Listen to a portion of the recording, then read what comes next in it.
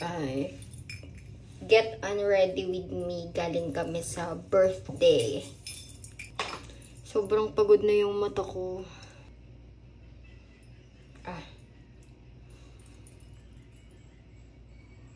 Ito yung pinakamasarap na feeling. Yung pagtanggal ng contact lens.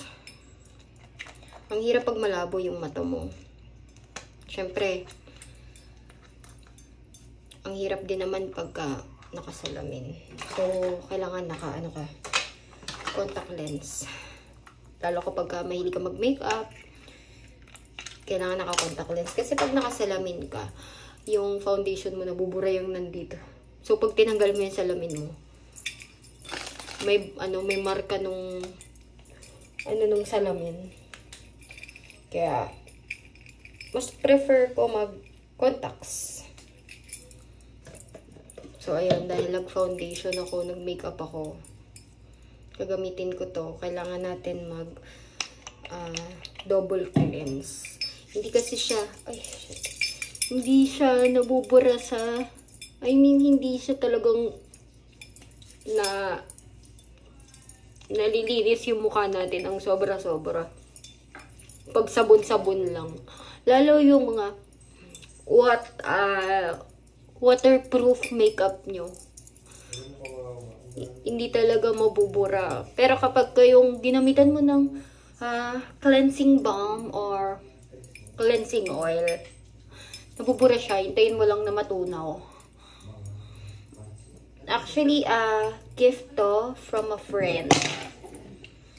Binigay niya yan. Tapos, dahil naganda ako sa product, from Korea pa yan eh. Dahil naganda ako dun sa gift niya. Bumili din ako ng other skincare. Kasi ako, I don't use those bagong labas na skincare product. Kasi minsan yun yung reason kung bakit nagpo-purge kayo, nagkakaroon kayo ng sandamakmak na pimples. Kala nyo, dahil nga sinasabi ng mga CEO na maganda to, ganto ganyan, dito ako kuminis. Pero yung totoo, hindi naman talaga. So, ayan. Tsaka maganda dito, dahil ako dry. Madry yung face ko, yung lips ko. So, wala nang ginamit ko to. Ang ganda nung well, not sponsored. Pero, ang ganda kasi talaga ng product. Kaya, ginagamit ko siya palagi.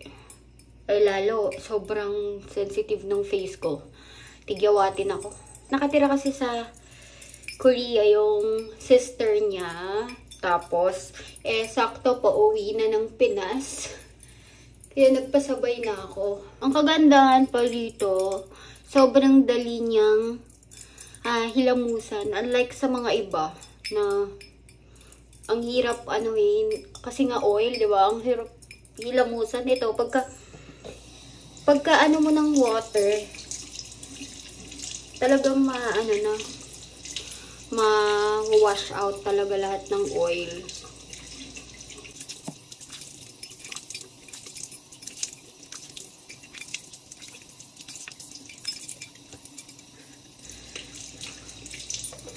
Nakikita nyo ba yung, ayan yung tanggal-tanggal na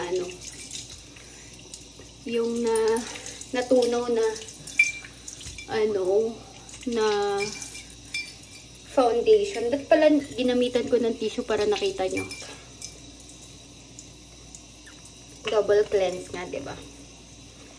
Tapos yung sabon naman na, yung facial cleanser naman na ginagamit.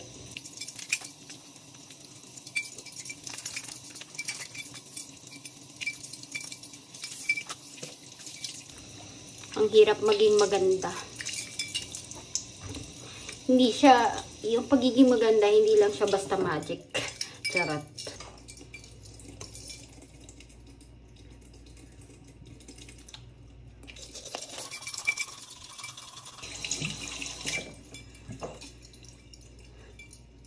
After ko mag-toothbrush, syempre napupunta sa ganito natin yung toothpaste. Hindi lang, sulit ako. Para sure lang na malinis yung face.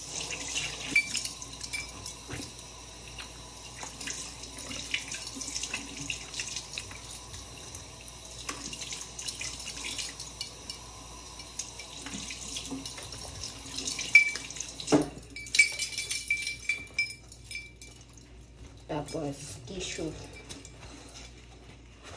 Mas hygienic kasi pag tissue.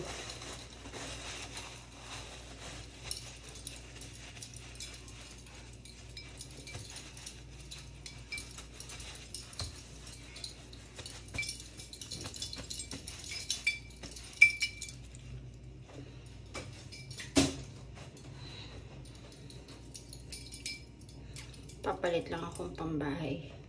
Sobrang dami kong pimple mark. Kasi nag-purge ako. Last time kasi diba, hindi ako nakakainom ng pills. So, ito pa din. Lux Organics.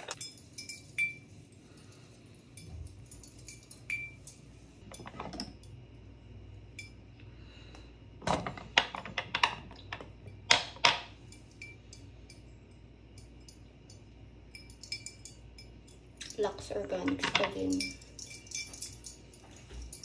Kasi lately, tinitigyawat ako. So, yung mga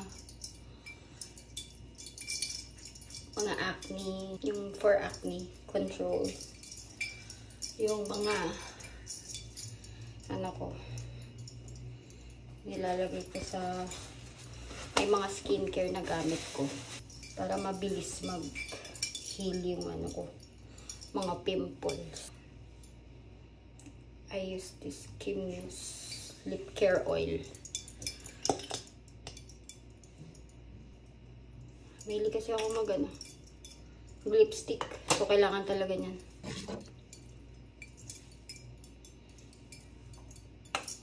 Snail Essence.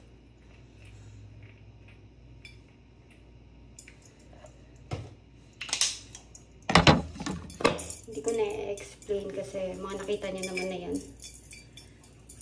So, yun. Yung mga napagkwentuhan namin. Sobrang, alam mo yung parang sobrang mature.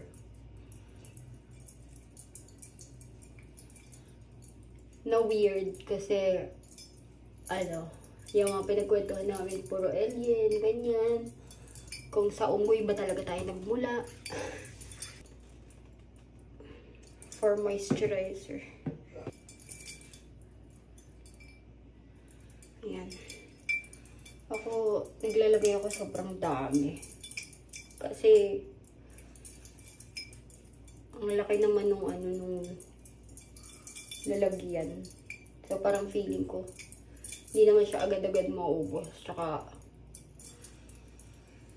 madry talaga yung face ko eh. So, kailangan ko ng maraming moisturizer. Ayan.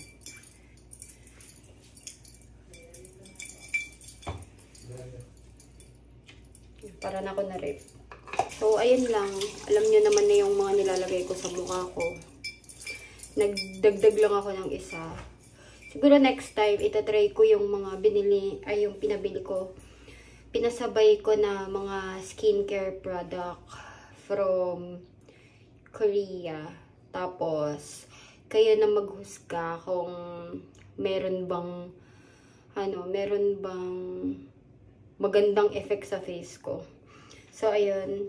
Ito mga normal ko na ginagamit eh. So, tatry ko lang magbago ng skincare product. So, kung bago kayo sa channel ko, please like, share, and subscribe. Bye!